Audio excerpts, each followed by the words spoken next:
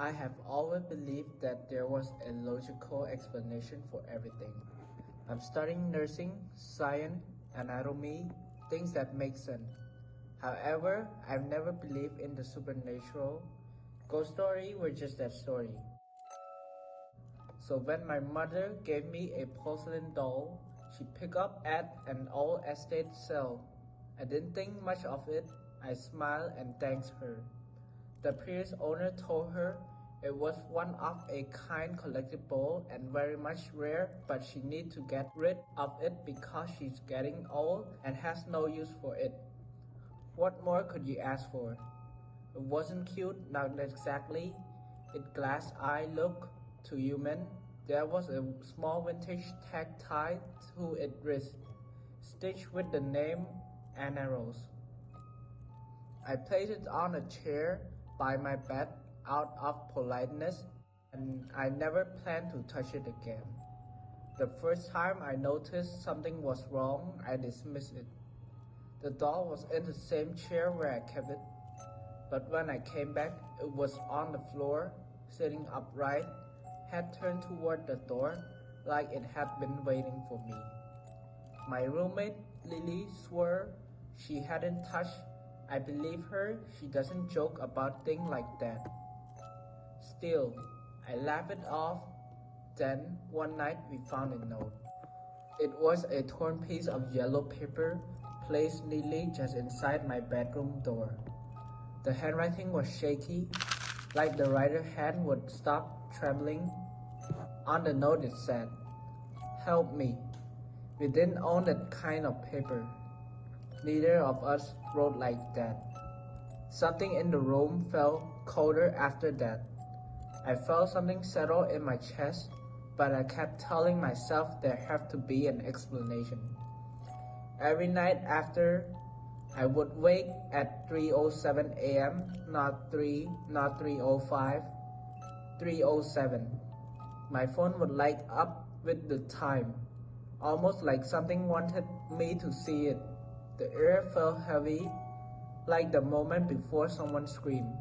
And every night when my eye adjusted, I saw her, Annarose, sitting somewhere different, sometimes by the door, sometimes on the desk, once right beside my face, close enough that I could see a hairline crack under her eye like a tear. Jack was the first to say it out loud, that thing isn't real. He would even look directly at it. He said it felt like the doll was breathing slow and shallow, like it was pretending to be still. Knowing Jack, me and Lily thought he was just exaggerating and was just scared of the doll, we laughed it off and ignored it. But it wasn't until when things took a turn for the worse. One night, he slept on our sofa.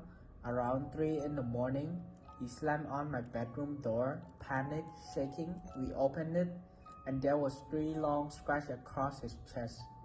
It was deep, very deep. When we called the warden, when they stepped inside, the atmosphere changed instantly, and my ears popped. It's like I had been transported into another dimension, as if the air had recognized Ed and Lauren. I dare not disturb the warden. They were very quiet, but were professional in what they were doing. Lauren didn't touch the doll. She only looked at it one step back as if something had pushed her. Her voice was barely above a whisper when she said, "This is not a child. It is something else possessing a child." Ed carefully lifted Annarose, but before he could take a single step, every light in the apartment flickered violently. The air pressure shifted so hard my ear popped. I felt something move past me, not physically, but something aware.